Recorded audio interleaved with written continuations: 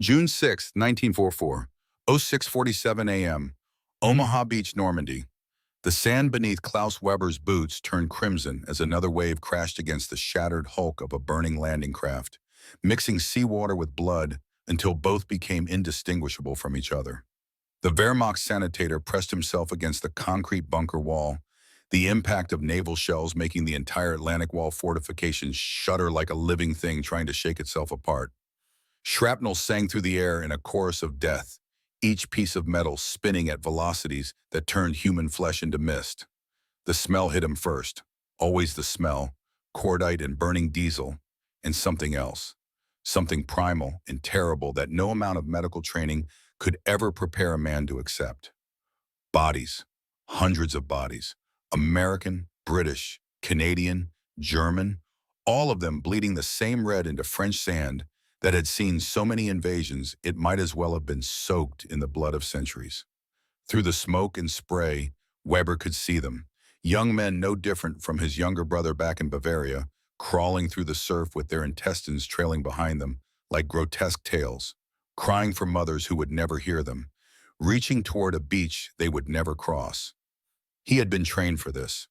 3 years of medical service, 2 on the Eastern Front, where he learned that the human body could absorb impossible amounts of damage and still cling to life with fingers made of pure will. But nothing had prepared him for this industrialized slaughter, this mechanical harvesting of youth by machines designed for a single purpose. If this story speaks to you, stay with us, because what happens next will change everything you thought you knew about courage. The initial bombardment had begun at 05:30 a.m., naval guns the size of automobiles hurling shells that screamed overhead like the wrath of angry gods. Weber's battalion, the 352nd Infantry Division, had been dug into these fortifications for 18 months, preparing for an invasion everyone knew was coming, but nobody could predict when or where. The concrete bunkers, reinforced with steel salvaged from destroyed French fortifications, had been engineered by Organization Todd workers to withstand anything short of a direct hit from battleship guns. The MG-42 machine gun positions, each one capable of firing 200 rounds per minute, had interlocking fields of fire that turned the beach into a killing zone where nothing could survive. The obstacles, steel hedgehogs and wooden stakes tipped with mines, were designed to rip the bottoms out of landing craft and leave men stranded in the surf where German guns could methodically destroy them. The plan had been perfect on paper. In reality, it was hell refined into a system. Weber's medical station sat 30 meters behind the primary defensive line, a reinforced dugout carved into the bluff with timber supports and sandbags piled 4 feet thick. His supplies, morphine syrettes, sulfa powder, pressure bandages, surgical instruments sterilized in alcohol made from stolen French wine, were organized with Prussian efficiency on shelves hewn from raw wood. 2 other medics, Gefreiter Hans Dietrich and Obergefreiter Paul Kessler, had been assigned to this position. Dietrich was 20 years old, a farm boy from Saxony who still flinched at the sound of artillery. Kessler was 36, a former Berlin ambulance driver who had seen things on the Eastern Front that had carved lines into his face deep enough to hold shadows. Neither of them was here anymore. Dietrich had been vaporized by a direct hit from a naval shell at 06:15 a.m., there one moment and gone the next, not even enough of him left to bury. Kessler had run forward to retrieve a wounded lieutenant and caught a burst from a Browning automatic rifle that stitched him from hip to shoulder, killing him before he hit the ground. Weber was alone with his supplies and his oath and the screaming that never stopped. The Hippocratic tradition, drilled into him during medical training in Munich, had been explicit. First, do no harm, preserve life. Treat the wounded regardless of nationality, rank, or circumstance. But that was theory. Reality was Hauptmann Friedrich Wolf, his battalion commander, who had made his expectations clear during the final briefing 3 days earlier. You will treat German soldiers only. The enemy is not your concern. Your duty is to the Reich, not to some outdated medical fantasy about universal care. Any medic found treating enemy wounded will be considered guilty of treason. The SS officers attached to their division had been even more explicit. Sturmbannführer Otto Skorzeny, a scarred veteran of the Eastern Front, whose reputation preceded him like a dark legend, had visited their position 2 weeks earlier. He had walked through the bunkers with his hands clasped behind his back, examining their defensive preparations with eyes that missed nothing. When he reached Weber's medical station, he stopped. "You understand your priorities, Sanitator?" Skorzeny had asked, his voice flat and cold as winter iron. "German blood is precious. Enemy blood is dirt. I will personally shoot any man who confuses the two." Weber had nodded, said nothing, and watched the SS officer walk away. Now, with naval shells screaming overhead and the entire Atlantic wall dissolving into chaos, those words echoed in his mind like a curse. Through a gap in the bunker wall, Weber could see the beach. The first wave of American troops had been slaughtered, their bodies floating in the surf or piled against the obstacles like sandbags. But more were coming, always more. The industrial capacity of America, which German intelligence had consistently underestimated, was on full display.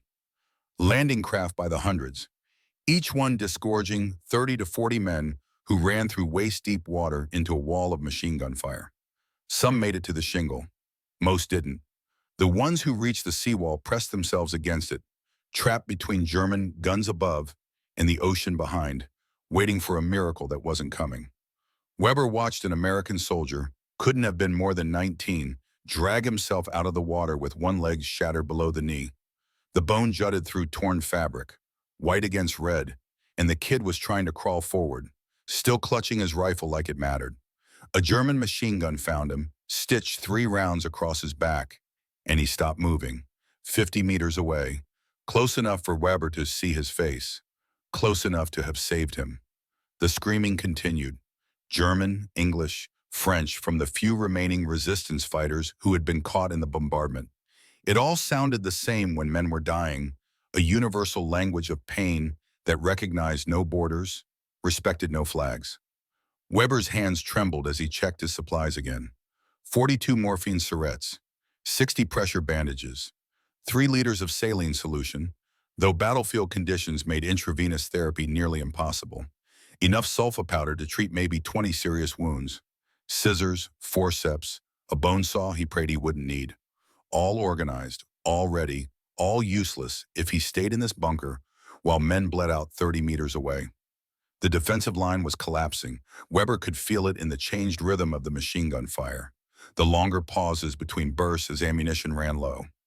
He could see it in the way German soldiers were abandoning their positions, falling back towards secondary defensive lines further inland. The order to retreat hadn't been given, not officially, but battlefield survival instinct was overriding military discipline. Units that stood their ground died. Units that retreated might live. The choice was becoming obvious. At 07:23 a.m., a massive explosion shook the bunker so violently that Weber was thrown to his knees. A battleship shell, probably from the USS Texas, had struck the primary machine gun nest directly above his position. The concrete ceiling cracked, showering him with dust and fragments. Through the new gap, he could see sky, smoke, and the silhouettes of American soldiers finally making it off the beach and onto the bluff. The breakthrough was happening. The Atlantic Wall, Hitler's impregnable fortress, was breaking. And in that moment, Klaus Weber made a decision that would define the last 72 hours of his life. He grabbed his medical bag, slung it over his shoulder, and walked out of the bunker into the hell of Omaha Beach. The noise was physical, a pressure wave that hit like fists. Naval gunfire created a bass rumble that never stopped, overlaid with the crack of rifles, the rip of machine guns, the crump of mortars, and the screaming, always the screaming. Weber moved through the smoke like a ghost, staying low, moving from cover to cover with the instinct of 2 years on the Eastern Front, where movement meant survival and stillness meant death. The first wounded man he reached was American, a sergeant, maybe 25 years old, with half his face torn away by shrapnel. The left eye was gone, the cheekbone exposed, blood pouring from wounds that should have killed him but hadn't. He was conscious, aware. His remaining eye tracked Weber with desperate hope, turning to confusion as he registered the German uniform. "Medic," the American gasped, the word distorted by his ruined mouth. "Doc, please." Weber knelt beside him, hands already moving with practiced efficiency. "Pressure bandage against the facial wound to stop the bleeding. Morphine syringe, the needle punching through uniform fabric into muscle. Sulfa powder dumped directly into the wound to prevent infection. His hands worked while his mind screamed at him that this was treason, this was death, this was everything he had been warned against. "You're going to be okay," Weber said in German, then switched to the broken English he had learned from captured Soviet soldiers who had fought alongside American Lend-Lease units. "You okay? Bleeding stop. No die today." The American sergeant grabbed his wrist with surprising strength. "There's more. Jesus Christ, there's so many more." Weber looked up and saw that the sergeant was right. The beach was carpeted with wounded. American engineers blown apart by mines they had been trying to clear. British commandos from specialized units, cut down trying to scale the bluffs. Canadian infantry who had landed in the wrong sector and walked into interlocking fire. And mixed among them, German soldiers from his own battalion, bleeding and dying because the American advance had been so fast that nobody had time to organize medical evacuations. The professional part of Weber's brain, the part trained in triage and emergency medicine, began automatically categorizing wounds. Immediate, those who would die without treatment in minutes. Delayed, those who could survive an hour. Minimal, walking wounded who could wait. Expectant, those too damaged to save with field medicine. His training had taught him to prioritize. His conscience wouldn't let him. For the next 16 hours, Klaus Weber ceased to be German. He became something older, something that existed before nations and flags and ideologies.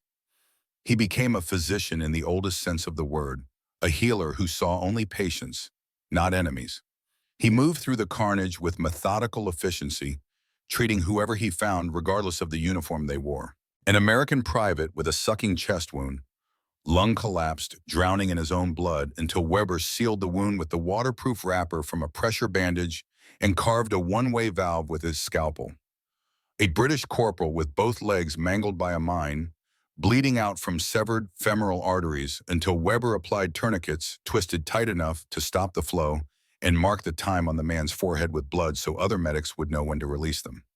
A Canadian sergeant with his intestines spilling from a machine gun burst, wounds that should have been instantly fatal, but somehow weren't, until Weber pushed the organs back into the abdominal cavity, sealed everything with pressure bandages, and injected enough morphine to knock the man unconscious.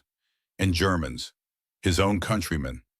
Lieutenant Fischer with a rifle round through his throat, choking on blood until Weber performed an emergency tracheotomy with a hollow pen tube. Gefreiter Kaufmann burned when a flamethrower tank caught his position, skin melting off his hands until Weber wrapped them in bandages soaked with saline. Unteroffizier Brandt with both legs shattered by a naval shell fragment, screaming for his mother until the morphine took him somewhere else. Weber lost track of time.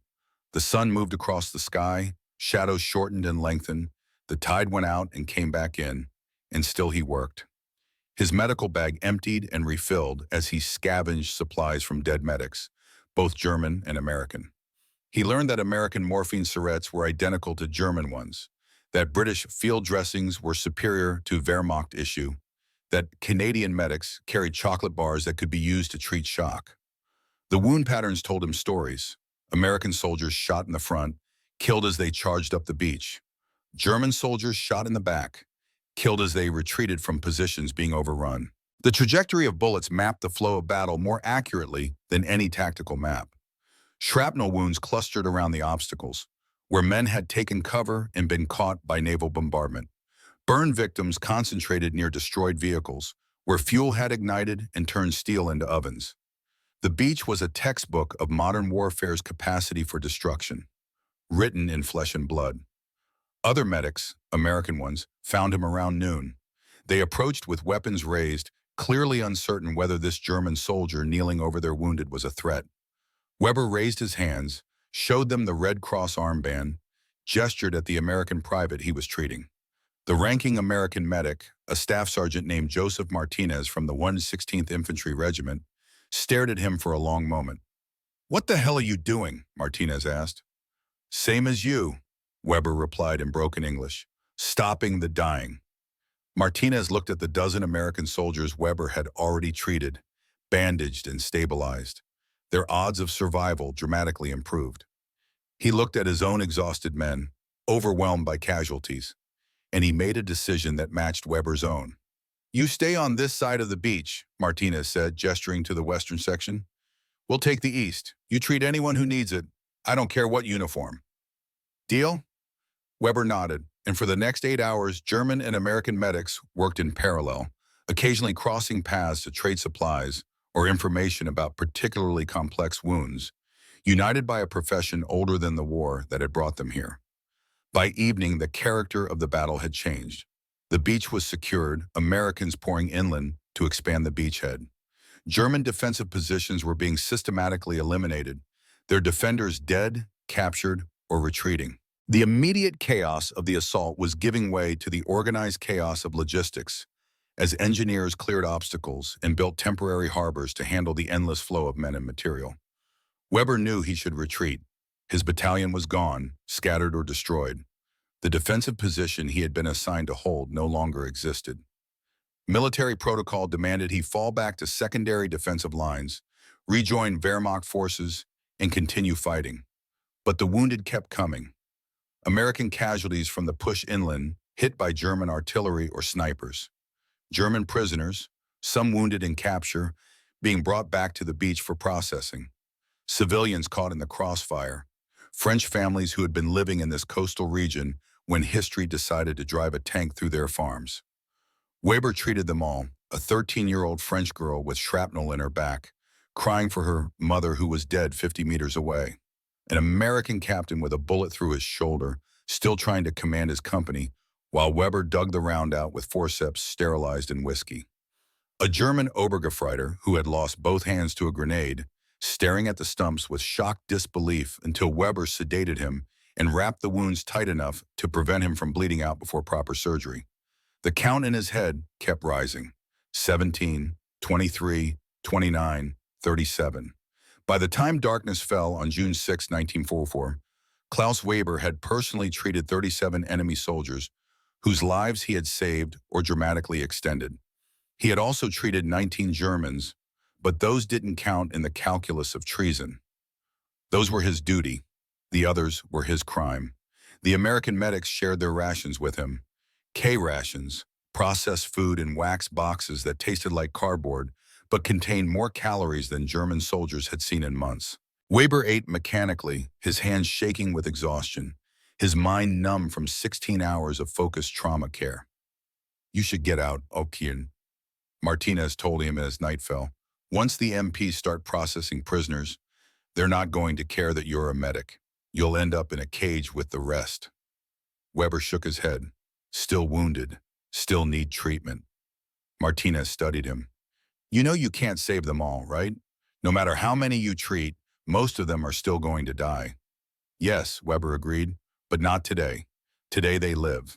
Tomorrow can kill them if it wants." For 3 days, Klaus Weber continued his work. The American forces tolerated his presence because he was useful, treating casualties faster than their own overwhelmed medical corps could manage. He became a fixture on that section of beach, the German medic who worked alongside Allied medical personnel, speaking broken English and saving lives without asking about nationality. On the morning of June 9th, his luck ran out. An SS Kampfgruppe, a battle group, arrived at the beach as part of a counterattack effort. The attack itself was doomed, smashed by naval gunfire before it could develop. But elements of the SS unit survived long enough to reach the captured beach and see what was happening there. Sturmbannführer Otto Skorzeny was among them. He walked through the American aid station, where Weber was treating a British paratrooper with a broken back, result of a bad jump. Skorzeny watched in silence as Weber carefully immobilized the spine, his hands gentle on injuries that could paralyze with the slightest wrong movement. When Weber looked up and saw the SS officer standing there, he knew. "Sanitator Weber," Skorzeny said, his voice carrying the same flat coldness as their last meeting. "You have been treating enemy wounded." It wasn't a question. Weber stood slowly, his hands still bloody. Around him, American medical personnel reached for weapons, sensing threat. Skorzeny gestured, and a dozen SS soldiers appeared from cover, weapons ready. The standoff was immediate and tense. "I have been treating wounded," Weber said carefully. "Patients. That is my duty as a physician." "Your duty," Skorzeny replied, "is to the Reich, not to these invaders." He gestured at the wounded soldiers. How many? I don't know, 40, 50? The Americans say you personally saved 37 of their men, 37 enemies who will return to the fight against Germany. That is not medicine, Weber. That is treason. The SS soldiers moved forward. American medics raised weapons. For a moment, it seemed the entire beach would explode into violence again. Then Weber stepped between them. No, he said firmly, this is between me and my countrymen. Your men should not die for my choices. Martinez started to protest, but Weber shook his head. He removed his medical armband, placed it carefully on the supply table, and walked toward the SS soldiers with his hands visible and empty. They bound his wrists with wire cutting into skin. Skorzeny watched with expressionless eyes. You will be tried for treason, the SS officer said. There will be no trial, Weber replied quietly. We both know that. They took him inland, away from the beach where he had saved so many lives. The American medics watched him go, unable to intervene, bearing witness to something that felt wrong in a fundamental way that transcended the war.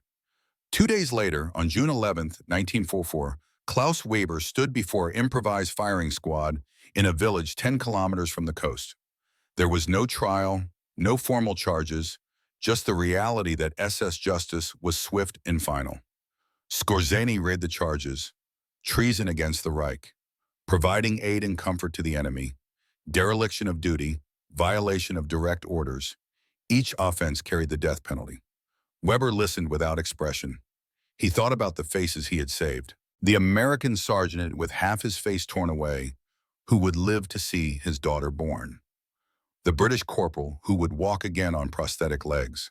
The Canadian sergeant whose guts he had stuffed back into place, who would survive to become a doctor himself, inspired by the German medic who had saved him. 37 lives, 37 futures that existed because he had chosen oath over orders, humanity over nationalism, medicine over murder. Do you have any final words? Skorzeny asked. Weber looked at the firing squad, young SS soldiers who probably believed they were defending civilization against corruption. He looked at Skorzeny, a true believer in an ideology that valued blood over breath, race over compassion. And he spoke the words that would become legend, passed down through whispered stories and recorded in the journals of the American medics who survived to tell his tale. I am a physician. My oath was to preserve life, not to ask whose life. I treated wounded soldiers because they were wounded, not because of the flags they carried. If this is treason against the Reich, then the Reich has become something that deserves betrayal. History will remember which of us was right. The volley of rifle fire echoed across the Norman countryside, frightening birds from trees and sending villagers indoors. Klaus Weber fell without ceremony, his body left in a ditch beside the road as a warning to others who might place conscience above obedience. But his story didn't end there. The American medics who had worked alongside him made sure of that. Joseph Martinez wrote a detailed report about the German medic who had saved American lives at the cost of his own. The report made its way up the chain of command, eventually reaching Eisenhower's headquarters. The Supreme Commander read it in silence, then ordered it preserved in the historical record. After the war, Martinez traveled to Bavaria and found Weber's family. He told them what their son had done, how he had honored his oath even when it cost him everything. He brought letters from 12 of the men Weber had saved, each one thanking a dead German medic for giving them a future. Weber's younger brother Ernst became a physician himself, inspired by Klaus's example. He dedicated his practice to treating patients regardless of their ability to pay, regardless of their background or nationality. On his clinic wall, he hung a photograph of Klaus in his Wehrmacht uniform. Beside it, a plaque that read, "First, do no harm." The 37 men whose lives Klaus Weber saved went on to live those lives. They had children, started businesses, taught school, built houses, wrote poetry, played music, and died eventually of old age or illness or accidents, but not on a beach in Normandy in June 1944. Their children had children, and those children had children, until Klaus Weber's decision to honor his oath rippled forward through time in ways that no statistics could measure. In 1987, a memorial was erected in the village where Weber was executed. It was placed not by Germans seeking to rehabilitate Wehrmacht memory, but by Americans who understood that heroism exists independent of the flag you serve. The inscription, written in German, English, and French, reads, "Here died Klaus Weber, physician, who served humanity when serving his country required him to abandon it." Every June 6th, someone leaves flowers there. Sometimes they're left by old men who remember a German medic working through the night to save them. Sometimes by their children, keeping a promise. Sometimes by strangers who heard the story and understood what it meant. The flowers are always the same. White roses, the symbol of the White Rose resistance movement, the German students who opposed Nazism and paid for it with their lives. A reminder that conscience is not bound by nationality, that duty to humanity supersedes duty to any state, and that the truest heroism is often found in defiance of orders rather than obedience to them. Klaus Weber's final words, recorded by witnesses and preserved in multiple accounts, became a teaching tool at medical schools across the world. They are taught to students learning about medical ethics, about the sometimes irreconcilable conflict between professional obligations and political demands, about the moments when a physician must choose between career and conscience, between safety and oath, between life and death. In those classrooms, generations removed from the war that killed him, Klaus Weber's choice still resonates. Because the question he faced, whose life is worth saving, remains eternally relevant. In emergency rooms where undocumented immigrants arrive with gunshot wounds, in field hospitals where enemy combatants lie bleeding beside friendly forces, in operating theaters where the patient is a suspected terrorist or a confirmed criminal, physicians still face Weber's dilemma. And the answer that medical ethics provides is the same one that Klaus Weber gave with his actions on a beach in Normandy. You treat them all. You save who you can. You honor the oath that makes you a physician rather than a technician of violence. The uniform doesn't matter. The flag doesn't matter. The only thing that matters is the person bleeding in front of you and your capacity to stop that bleeding. Klaus Weber understood this with a clarity that cost him his life, but saved 37 others. In the moral mathematics of war, that calculus is complex. The men he saved returned to the fight, killed more Germans, contributed to the defeat of Nazi Germany. From a military perspective, Weber's actions prolonged the war, increased German casualties, aided the enemy. From a purely tactical standpoint, he was guilty of everything the SS accused him of. But from the perspective of medical ethics, from the standpoint of basic humanity, from the view of history trying to find points of light in the darkness of total war, Klaus Weber did exactly what a physician should do. He healed the wounded, he stopped the dying, he honored an oath older than any nation, and he paid for it with a firing squad in a ditch beside a French road. His body was never recovered. After the war, efforts to locate and repatriate Wehrmacht dead found no trace of him. The village records showed only that someone had been executed there, but the SS unit that carried out the sentence was destroyed in subsequent fighting, and no survivors remained to provide details. Klaus Weber's grave, if it exists, is unmarked and lost, but his legacy is not. It lives in the 37 men he saved and the thousands of their descendants. It lives in the medical ethics curricula that teach his story. It lives in the memorial in a French village where flowers appear every year. It lives in the conscience of every physician who faces the choice between safety and service, between orders and oath, between what is commanded and what is right. On Omaha Beach today, tourists walk where men died by the thousands. They photograph the memorials, the bunkers, the cliffs that American Rangers scaled. They try to imagine what it was like, that June morning when the greatest invasion in history transformed a peaceful coastline into an industrial abattoir.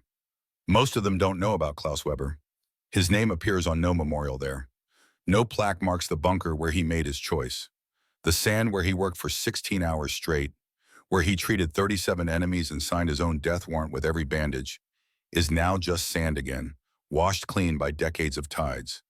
But the echo of his choice remains, in the ethics that govern battlefield medicine, in the Geneva Conventions that protect medical personnel, in the understanding, hard-won through centuries of warfare, that some obligations transcend the temporary madness of nations at war. Klaus Weber was executed by his own officers for saving the enemy. History has rendered its verdict on which side was right. The firing squad that killed him is forgotten. their names lost to time and shame. The officer who ordered his death is remembered only as a war criminal. The ideology they served is universally condemned. But Klaus Weber, the Wehrmacht medic who chose oath over orders, is remembered. Not celebrated as a hero by governments seeking propaganda victories, not elevated to sainthood by institutions seeking moral capital, but remembered quietly, reverently, by those who understand that the truest measure of a human being is what they do when obedience requires them to abandon their humanity. On June 11, 1944, Klaus Weber stood before a firing squad and spoke words that would outlive the Reich that killed him. "I am a physician. My oath was to preserve life, not to ask whose life. I treated wounded soldiers because they were wounded, not because of the flags they carried. If this is treason against the Reich, then the Reich has become something that deserves betrayal. History will remember which of us was right." History has remembered, and history's verdict is clear. Klaus Weber, executed traitor, was right. The Reich that killed him was wrong. And the 37 men he saved, and their children, and their children's children, are his monument. Living proof that one person's choice to honor an oath can ripple forward through time in ways that violence never can. In the end, that is what heroism looks like. Not glory on the battlefield, not medals and monuments, not national celebration or military honors, just a physician with bloody hands in an empty medical bag, treating whoever needs treatment, saving who can be saved, and paying the price that conscience demands. Klaus Weber paid that price. And in the paying, he purchased something more valuable than victory. He purchased proof that even in the darkest moments of humanity's worst war, individual choice still matters. That conscience can still triumph over command. That the oath to do no harm can still outweigh the orders to show no mercy. That we are not, even in the depths of mechanized slaughter, merely the instruments of nations and ideologies. We remain human. We retain choice, and sometimes if we are very brave and very certain, we can choose right over survival